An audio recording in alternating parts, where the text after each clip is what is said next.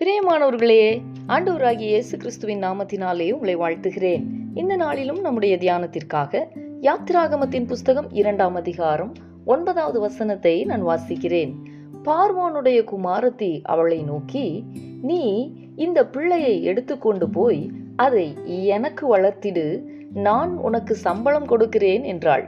அந்த ஸ்திரீ பிள்ளையை எடுத்துக்கொண்டு போய் அதை வளர்த்தாள். எனக்கு அன்பானவர்களே, தேவனாகிய கர்த்தர் நம்மை காக்கிறவர் என்பதை தொடர்ச்சியாக நாம் தியானித்து வருகிறோம். இந்த நாளிலேயும் பக்தனாகிய மோசேயினுடைய பிறப்பிலிருந்து அதை நாம் பார்க்க போகிறோம். மோசே பிறந்த பொழுது எகிப்தின் ராஜா பிறக்கும் ஆண் பிள்ளைகளை எல்லாம் கொன்று போடும்படியான ஒரு கட்டளையை பிறப்பித்திருந்தான். அந்த நேரத்தில் தான் மோசே பிறந்தார். மோசேயை குறித்ததான தேவ திட்டமும் தரிசனமும் பெரியதாக இருந்தபடியினாலே தேவன் மோசேயை காப்பாற்றினார். கொல்லும்படியான சட்டம் பிறப்பிக்கப்பட்ட அதே அரண்மனையிலே மோசே வளர்க்கப்பட்டார்.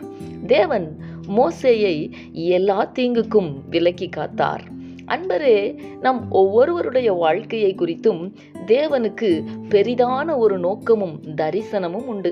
தேவனை அறியாத மற்றவர்கள் நினைக்கிறதை போல, பேசுகிறதை போல நான் ஏன் பிறந்தேன் என்று எண்ணுகிறீர்களோ, உங்களை இவ்வுலகத்தில் பிறக்கச் செய்த தேவனுக்கு ஒரு நோக்கம் உண்டு.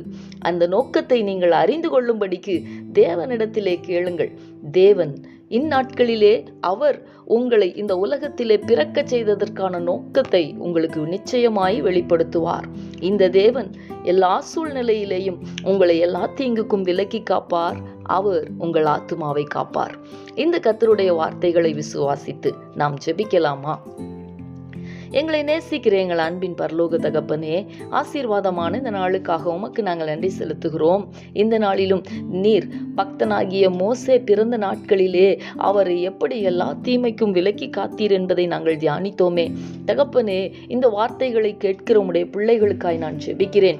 நீர் அவர்களை இந்த உலகத்திலே பிறக்கச் செய்ததற்கு ஒரு நோக்கம் உண்டு என்பதை அவர்கள் அறிந்து கொள்ளும்படிக்கு தேவனாகிய கர்த்தர் தம்முடைய நோக்கத்தை, தம்முடைய திட்டத்தை, தம்முடைய தரிசனத்தை உம்முடைய பிள்ளைகளுக்கு வெளிப்படுத்தும்படி கேட்கிறேன். தேவனாகிய கர்த்தர் தம்முடைய பிள்ளைகளை எல்லா தீங்குக்கும் விலக்கி காக்கிறவர் என்பதை இந்நாட்களிலே உம்முடைய பிள்ளைகளுடைய கண்கள் காண கர்த்தர் செய்ய நான் ஜெபிக்கிறேன். நீர் அப்படி செய்ய போகிறதற்காக உமக்கு ஸ்தோத்திரம்.